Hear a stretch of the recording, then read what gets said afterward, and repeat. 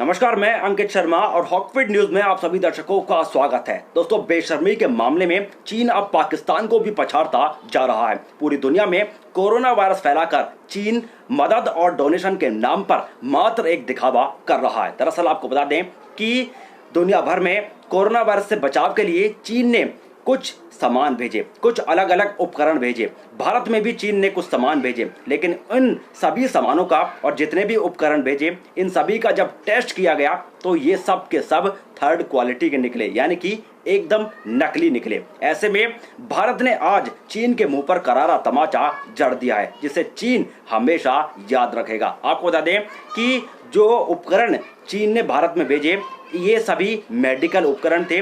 चीन ने भारत में कई हजार पीपीई किट्स भेजे थे। पीपीई किट्स ये वो किट्स होते हैं जो कि डॉक्टर या मेडिकल स्टाफ पहनता है, ताकि डॉक्टर खुद कोरोना वायरस से संक्रमित ना हो सके और वो आसानी से कोरोना वायरस से संक्रमित मरीज का इलाज कर सके। लेकिन चीन ने इस मामले में भी अपनी असली औकात दिखा दी। इस मामले में भी चीन ने घोटाला कर दिया, जहां हमारे देश के जाबाज डॉक्टर अपनी जान की बाजी लगाकर पूरे देश की रक्षा करने में जुटे हुए हैं। ऐसे में चीन हमारे डॉक्टर को भी कोरोना वायरस से संक्रमित करने की साजिश रच रहा था और इसी वजह से चीन ने कुछ नकली किट्स भारत में भिजवा दिए। आपको बता दें कि चीन से आए पीपीई किट्स को भारत ने अपने अस्पतालों और डॉक्टर को देने से पहले उनका क्वालिटी टेस्ट किया, तो चीन के हजारों किट्स जो है वो क्वालिटी टेस्ट में फेल हो गए। चीन से 5 अप्रैल तक भारत में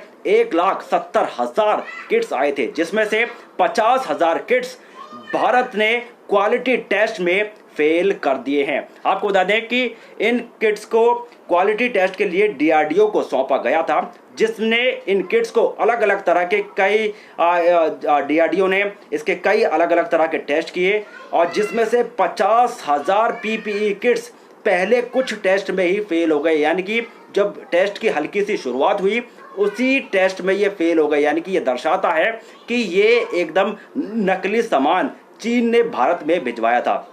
ये डॉक्टर या मेडिकल स्टाफ के काम के लायक बिल्कुल भी नहीं है और इन किट से कोरोना वायरस से नहीं बचा जा सकता। यानी कि कहीं ना कहीं हमारे डॉक्टर को मारने की साजिश चीन रचना चाह रहा था। आपको बता दें कि अब सरकार इन सभी किट्स को चीन को वापस भेजेगी, या आप ये कह सकते हैं कि एक तरह से भारत चीन के मुंह पर इन सामान को देकर मारेगा। अब इस प्रकार की कार्रवाई होगी। आपको बता दें कि इससे पहले इस तरह के बेकार क्वालिटी के मेडिकल उपकरण चीन ने स्पेन, ब्रिटेन जैसे देशों में भी भिजवाए थे और इन देशों ने भी चीन के उपकरण को वापस चीन ही भिजवा दिया था। यानी कि अपनी धर्मशाला आप अपने पास ही रखो, हमारे आपके उपकरणों की कतई भी जरूरत नहीं है। इन देशों ने भी यही कहा था। यानी कि जितने भी सारे देश हैं, ये सभी देश अब इकट्ठे हो गए हैं और हर कोई अब चीन के खिलाफ है।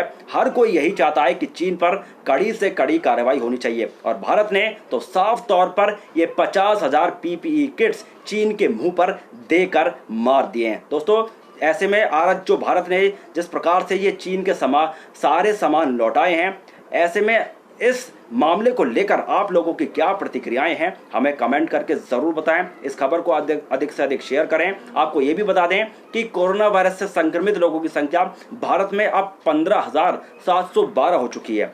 2,231 ऐसे लोग हैं जो कि रिकवर हो गए हैं, यानी कि ठीक होकर अपने घर वापस जा चुके हैं और 507 ऐसे लोग हैं जिनकी इस वायरस के चलते मौत भी हो चुकी है। कोरोना वायरस का कहर भारत में लगातार बढ़ रहा है और जिस प्रकार के पीपीई किट्स चीन भारत में भेजना चाह रहा था, ऐसे में हमारे देश के डॉक्टर भी कोरोना वायरस से संक्रमित हो सकते थे। लेकिन कहीं ना कहीं ये खतरा जो है वो टल गया, क्योंकि भारत सरकार ने पहले ही इन पीपीई किट्स के पूरे टेस्ट करवाए और टेस्ट के बाद ये सब कुछ जो है दूध का दूध पानी का पानी हो गया कि ये पीपीई किट्स बिल्कुल नकली निकले। तो कहीं ना कहीं अब हमारे डॉक्टर के लिए जो है मोदी सरकार कहीं ना कहीं सुरक्षा के लिहाज से और कोई कदम उठा सकती है और जो बिल्कुल फर्स्ट क्वालिटी के पीपीई किट्स होंगे वही किट्स डॉक्टर के लिए उपलब्ध होंगे।